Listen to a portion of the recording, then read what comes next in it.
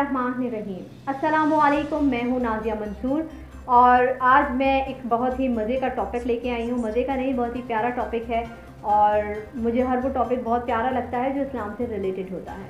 तो चलते हैं, देखते हैं कि आज का जो हमारा टॉपिक है वो क्या है।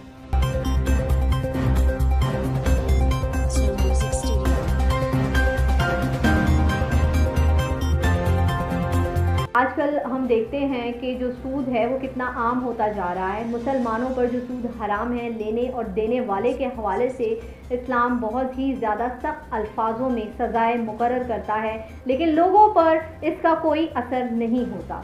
आजकल देखने में आया है कि लोग इस्लाम की बातों को, जो मुसलमान हैं, बज़ाहिर मुसलमान हैं, मुसलमान फैमिली से ताल्लुक़ रखते हैं, उनके लिए गुनाह नहीं है। वो गुनाह को बहुत आराम से कहते हैं कि कुछ नहीं होता।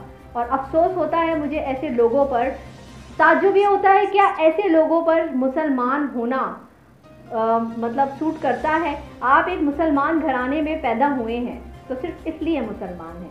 आप एक मुसलमान अगर हैं तो आपको चाहिए कि जो आप इतने बड़े हो गए हैं, अक़ल और शऊर, अल्लाह ने अक़ल आपको दी है, दिमाग दिया है, सोच दी है, तो इस सोच को इस्तेमाल करते हुए आप खुद भी बुरा और भला क्या है वो जान सकते हैं। लेकिन लोग जो है वो ढीठ हो चुके हैं, अल्लाह ताला के खौफ से आशना नहीं हैं।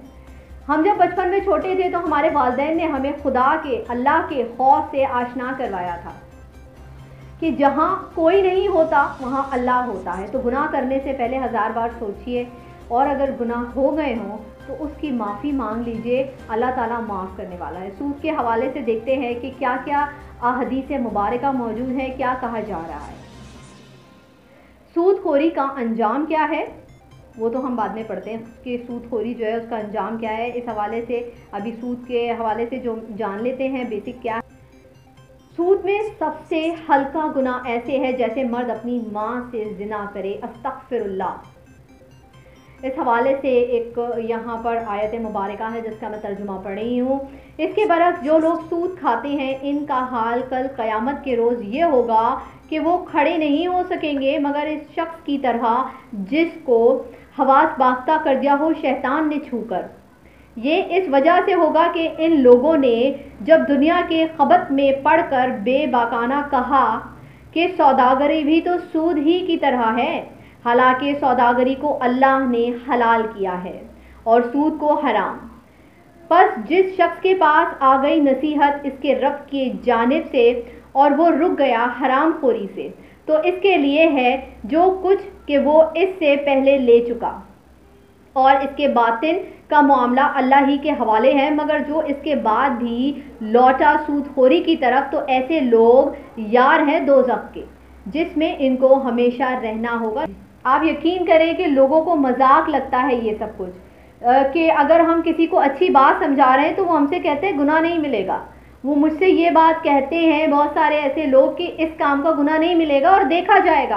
अरे क्या देखा जाएगा? ए इंसानों, जो रब आपको छूट दे रहा है उसके खौफ से डरो, उसकी जो जब वो रस्सी खींचता है उससे डरो। सूद हराम है, किसी के लिए जो है वो सूद हलाल नहीं है, चाहे वो कितना बड़ा मिनिस्टर हो, कोई भी हो। सूद अल्लाह ने हराम कर दिया है तो सूद लेना हराम है। यहाँ पर एक और सूरह बकरा की आयत है, अल्लाह ताला सूद को मिटाता है और सदक़े को बढ़ाता है और अल्लाह ताला किसी नाशुक्रे और गुनाहगार से मोहब्बत नहीं करता। आजकल लोग तो अल्लाह ताला की मोहब्बत हासिल ही नहीं करना चाहते, औरत की मोहब्बत में पड़ गए, पैसे की मोहब्बत में पड़ गए, शराब की मोहब्बत में पड़ गए, सूद की मोहब्बत में पड़ गए। इन चीज़ों से अल्लाह ताला कुरान पाक में एक जगह ये भी फरमाते हैं कि ये जो दुनिया है ना ये इंसान के लिए कैद खाना है। तो ए मुसलमानों, जाग जाओ और कोशिश ये करो कि सूद को हराम है तो सूद ना लिया जाए, सूद देने वाले को भी मना किया जाए, समझाया जाए। वैसे तो समझाने का किसी को भी ये दौर, अब ये लोग जो हैं, दौर तो नहीं बदलता, लेकिन ये जो समझाने का वक्त है लोग नहीं समझते, अपने हिसाब से इस्लाम की को जो है वो बात कर रहे होते हैं जो कि कतई हराम है। हज़रत अबू हुरैरा फरमाते हैं कि अल्लाह के रसूल सल्लल्लाहु अलैहि वसल्लम ने फरमाया सूद 70 गुनाह है। सूद जो है वो 70 गुनाह है, लेकिन उसमें सबसे छोटा क्या गुनाह है? सबसे हल्का गुनाह ऐसे है जैसे मर्द अपनी माँ से जिना करे, अस्तगफिरुल्लाह अस्तगफिरुल्लाह। تو ہمیں بھی چاہیے کہ ہم سود کو جب حرام قرار دے دیا گیا ہے تو نہ سود لیں اور نہ سود دیں.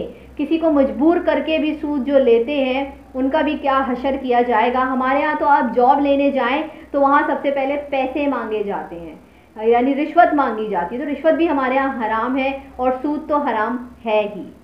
یہاں پر ایک اور حدیث مبارکہ ہے, اس کی روشنی میں کیا کہا جا رہا ہے. سود کا 1 درہم جس کو آدمی جان بوجھ کر کھا جاتا ہے 36 بار زنا سے زیادہ گناہ رکھتا ہے. استغفر اللہ.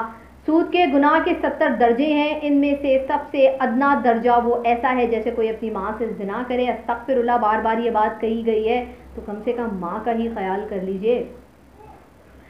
سود کے حوالے سے یہ میں آپ کو ایک چھوٹی سی بات بتا چلوں کہ سود جو ہے وہ خاص کر سب سے زیادہ بینک میں ہوتا ہے.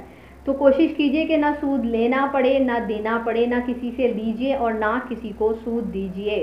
بہت سارے ممالک جو ہیں وہ سود کے حوالے سے بہت پریشان ہیں, وہ اپنے سسٹم کو بدل رہے ہیں. تو ہم تو مسلمان ہیں, ہمارے اوپر تو اللہ تعالیٰ نے فرض کیا ہے اور ہمیں بتایا ہے کہ سود جو ہے وہ حرام ہے.